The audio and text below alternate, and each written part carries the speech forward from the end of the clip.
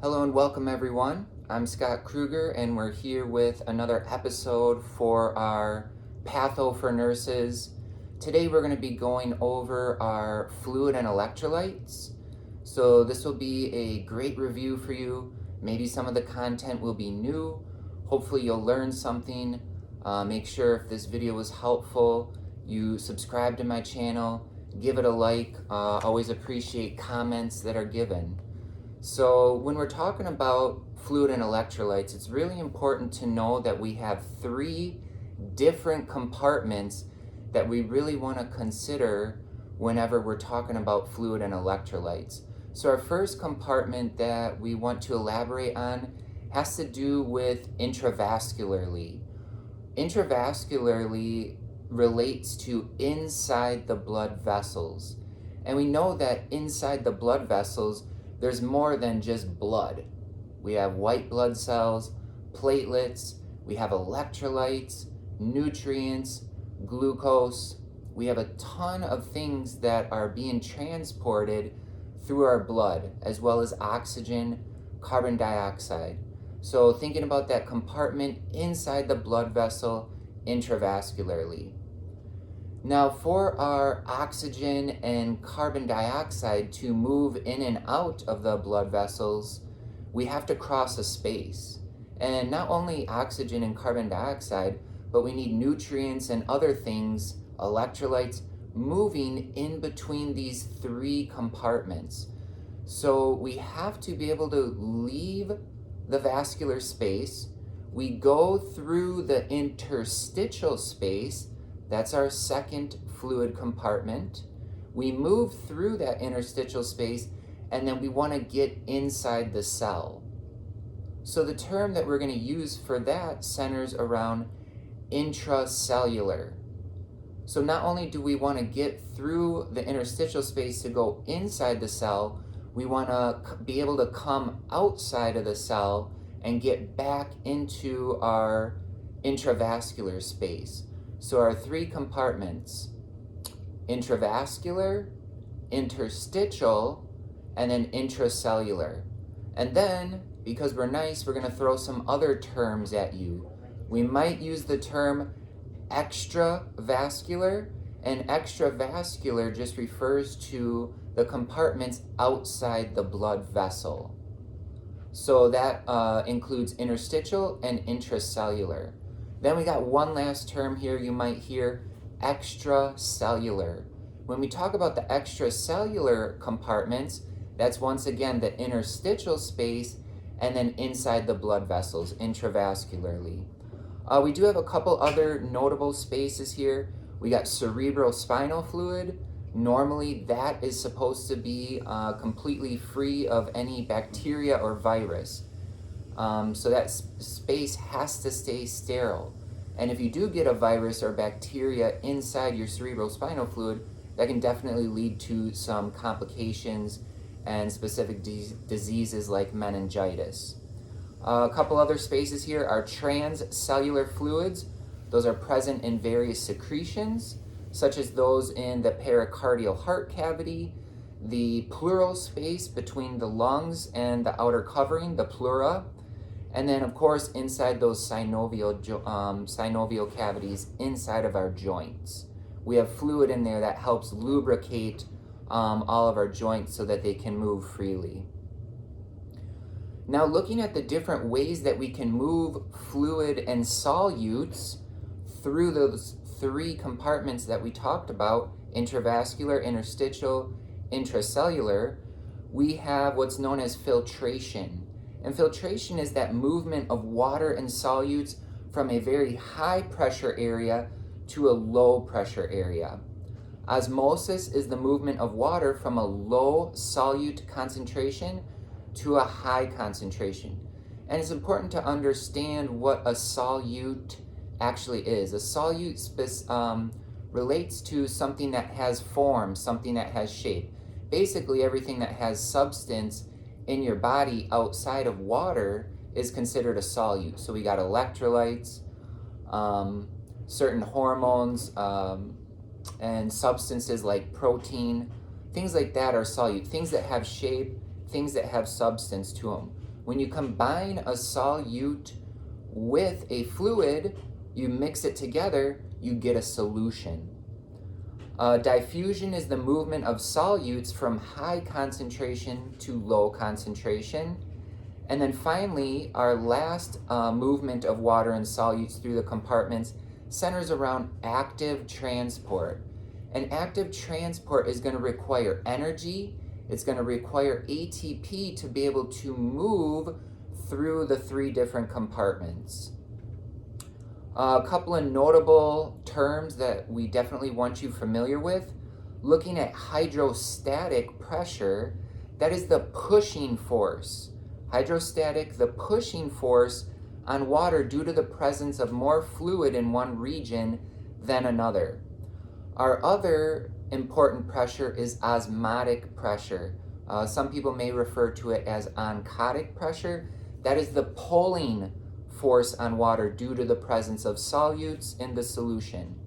Important to note that albumin proteins are the main source of osmotic pressure in the capillaries, and that allows water to be pulled back intravascularly back into the blood.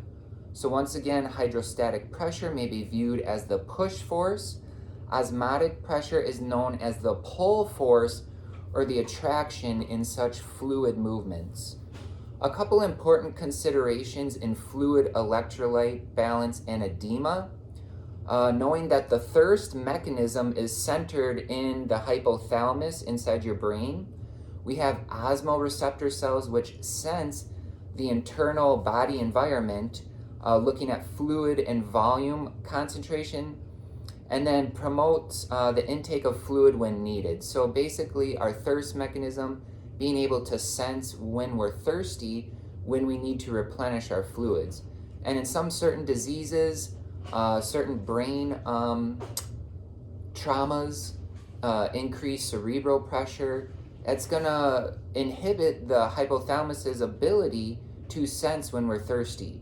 And then also as we age, this hypothalamus area starts to decrease in activity, and that can put people at risk for things like dehydration. Looking at the hormone ADH, antidiuretic hormone, that controls the amount of fluid leaving the body in the urine. ADH promotes the reabsorption of water into the blood from the kidney tubules. Looking at our hormone aldosterone, that determines the reabsorption of both sodium ions and water from the kidney tubules. These hormones are able to conserve more fluid when there's a fluid deficit in the body. Looking at our different types of fluids, it's important to note what a hypertonic fluid is. That is where we're shifting from our intracellular fluid to our extracellular fluid that causes cells to shrink, to kind of shrivel. So that's our hypertonic fluid. Our hypotonic fluid shifts extracellular fluid to intracellular fluid, causing our cells to swell and possibly burst. And then finally, we have isotonic fluid, and that's where fluid shifts between the cells and the extracellular spaces will not occur. And then that will not alter the shape of our cells. So that's kind of important to know when we're administering IV fluids, knowing whether it's hypertonic, hypotonic, or isotonic. Looking at edema, that refers to an excessive amount of fluid within the interstitial space. So that compartment that's not inside the blood vessels and it's not inside the cell. Edema causes swelling or enlargement of tissues. We know that our dependent areas, like our lower extremities, tend to accumulate fluid when we're in a dependent position, and that's due to gravity. The accumulation of fluid in the interstitial compartment is caused by this increased capillary hydrostatic pressure, resulting in hypervolemia. So the amount of fluid that's in our vascular space, possibly as well as inside our cellular space. So basically this fluid is kind of hanging out. It's not inside the blood vessels. It may not be inside the cell.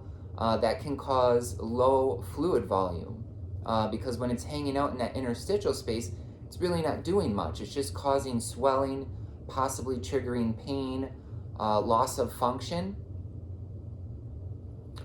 Also, this causes edema, loss of plasma. It can be due to a loss of plasma protein, obstruction of our lymphatic circulation, because our lymph nodes help filter, recycle our blood, and then recycle our fluids and help return them to the body. Looking at our different electrolytes, it's very important that we know the terms for sodium. Sodium, the element name is Na+. We can refer to that as natremia. So our normal sodium volume, 135 to 145. When we're below 135, we refer to that as hyponatremia. When we're above 145, we consider that hypernatremia. Looking at what sodium does within the body, it's the primary positively charged ion, also known as a cation, that's in our extracellular fluid. So that's the compartments in the interstitial space and then within our blood vessels. Sodium levels in the body are primarily controlled by the kidneys through the action of aldosterone. Sodium is important for the maintenance of extracellular fluid volume and is essential in the conduction of nerve impulses and in muscle contraction. Some causes of hyponatremia include losses from excessive sweating, vomiting, diarrhea, use of certain diuretic drugs like Lasix, combined with low sodium intake diets. Low sodium can also be caused by hormonal imbalances such as insufficient aldosterone, adrenal insufficiency, and then excess antidiuretic hormone secretion, also known as SIADH, syndrome of inappropriate antidiuretic hormone. Two more causes of our hyponatremia: early chronic renal failure, and then also excessive water intake. Looking at some of our causes of hypernatremia, it could be too much salt intake in your diet, not enough water ingestion. It could be due to insufficient antidiuretic hormone, which results in large volumes of dilute urine, also known as diabetes insipidus. We could have a loss of our thirst mechanism as a cause of hypernatremia.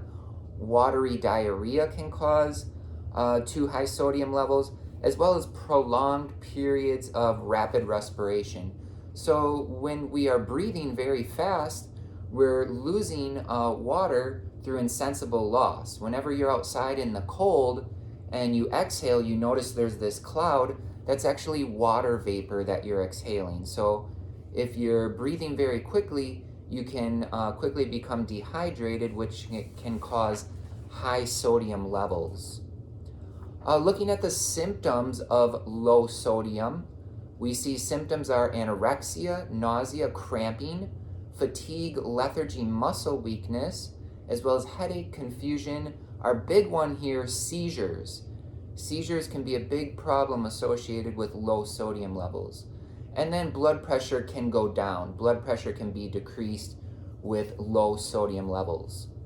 Some of the symptoms of high sodium include thirst, tongue and then mucous membranes are dry and sticky. We can have weakness, lethargy, agitation. You can have edema, and then you can have elevated high blood pressure due to increased salt within the body. Because we know that wherever salt goes, water tends to hang out as well. So having too much fluid on board or too much salt on board, that can definitely cause an increase in water, holding on to water, which increases your blood pressure. Looking at potassium, we know that potassium, the atomic element for that is K+. It's a positively charged ion. Normal potassium levels are 3.5 to 5 milliequivalents. Note that with potassium, sometimes there's different measurements of it. They may measure it in milliequivalents. they may measure it in mmol. So for milliequivalents, 3.5 to 5. Low potassium is called hypokalemia. High potassium, hyperkalemia. It's important to note that potassium is the major intracellular cation. So when we talk about sodium, that is the major electrolyte inside our blood and inside our interstitial fluid. Potassium is the major electrolyte within the cell. Potassium assists in the regulation of intracellular fluid volume and has a role in many metabolic processes within the cell. Potassium is also important for nerve conduction and contraction of all muscle types.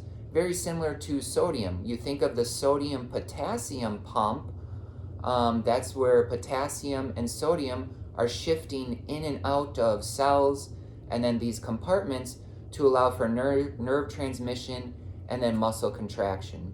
Some causes of low potassium include excessive losses from the body due to diarrhea, diuresis associated with certain drugs, once again like Lasix, the presence of excessive aldosterone or glucocorticoids in the body, also known as Cushing syndrome, that can cause retention of sodium and then cause you to excrete potassium. So that can contribute to low hypokalemia.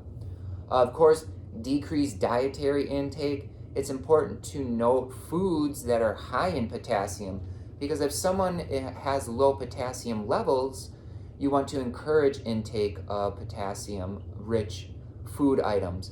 However, if someone has high potassium levels, you want to discourage patients to stay away from those high potassium foods. Hypokalemia can also occur in alcoholism, eating disorders, and then starvation. One last cause of low potassium, treatment of diabetic ketoacidosis with insulin can cause low potassium levels as potassium will shift out of cells.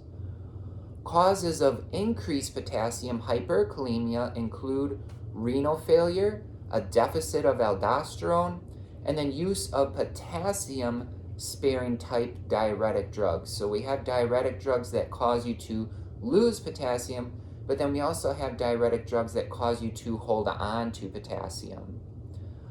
We can have high potassium with leakage of intracellular potassium into the extracellular fluids in patients who have extensive tissue damage, such as in traumatic crush injuries or burns. That can lead to hyperkalemia. We can have displacement of potassium from cells by prolonged or severe acidosis. Some symptoms of low potassium include cardiac arrhythmias, cardiac arrest. That is very key to remember because it's definitely can result in death. Other symptoms of low potassium include anorexia, nausea, constipation, fatigue, muscle twitching, weakness, leg cramps, shallow respirations. Paresthesia is numbness and tingling. Postural hypotension, polyuria, and nocturia, and as well as serum pH that's elevated above 7.45 as in alkalosis.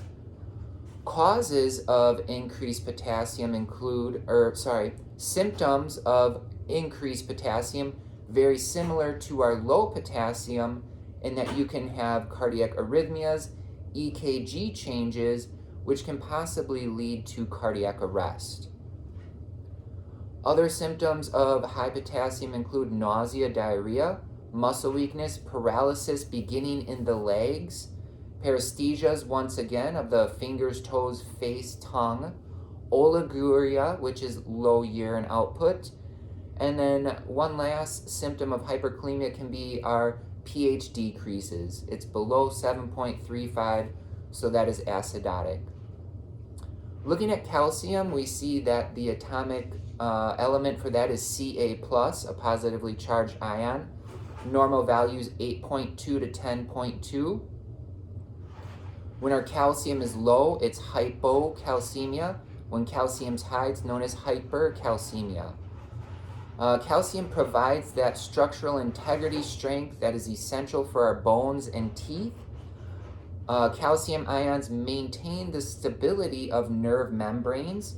They also control the permeability and excitability needed for nerve conduction. Calcium ions are required just like potassium and sodium for muscle contraction. So you think of your heart as one big muscle that constantly is contracting. If you have imbalance, either too much or too little calcium, we see how that can lead to dysrhythmias. Calcium ions are necessary for many metabolic processes and enzyme reactions, such as those involved in blood clotting. Some of our causes for low calcium include hypoparathyroidism, which is decreased parathyroid hormone resulting in decreased intestinal absorption of calcium. We can have malabsorption syndrome, where you're just not absorbing calcium or vitamin D. Important to know the link between vitamin D and calcium. You can have low calcium with deficient albumin, that protein that's in your blood. And then increased serum pH resulting in alkalosis can also be a cause of hypocalcemia. Looking at the causes of hypercalcemia, we see that it could be due to uncontrolled release of calcium ions from the bones due to some kind of neoplasm, some kind of tumor that is developing within your bones that causes a release of calcium from the bones, and then that goes into the blood. Hyperparathyroidism can be a cause of hypercalcemia. When you're immobile for long periods, that may cause decreased stress on the bone, which causes a release of calcium ions from the bone. And that leads to demineralization of your bones, making them more porous, more prone to fractures. Increased intake of calcium due to excessive vitamin D or excess dietary calcium can lead to increased levels of calcium inside the blood. Our symptoms of low calcium include tetany, which is kind of like this spasming of the muscles, carpopedal spasm, also known as a positive Trousseau sign. So putting on a blood pressure cuff on someone's arm, pumping it up, they're doing this carpopedal spasm. That can be a good sign of low calcium. We do another test here that can look for low calcium, and this is called the positive Chavastic sign. We tap on the area of their face and they start winking or spasming tetany of the face. So that's a positive Chavastic sign. Other symptoms of low calcium include tingling fingers, mental confusion, irritability, arrhythmias, weak heart contractions. Symptoms of hypercalcemia include apathy, lethargy, anorexia, nausea, constipation, polyuria, which is thirst. High levels of calcium in the blood can lead to kidney stones. So having this buildup of crystallized calcium within the kidneys. And then finally, once again, arrhythmias, prolonged strong cardiac contractions, and increased blood pressure are all symptoms of hypercalcemia. We got 3 more electrolytes here. I'll just talk on these briefly, but very important that you understand those main 3 electrolytes. Those are huge. That's not to say that magnesium's not important. Magnesium is a positively charged ion. Normal levels in the body are 1.3 to 2.1. Magnesium is necessary for bone and teeth formation, similar to calcium. Magnesium also assists in normal nerve and muscle function, similar to our other electrolytes. And then magnesium, enzymes depend on magnesium to function normally within the body. So enzymes are things that break down substances in your body necessary to have magnesium, normal magnesium levels to help those enzymes. Chloride is one of our negatively charged ions, known as an anion. Normal levels are 97 to 107, and that is kind of like the tag along for sodium. So a lot of times you'll see it's a negatively charged ion, chloride, that binds with sodium, so it forms NaCl. So I always like to think of chloride as the tag along to sodium.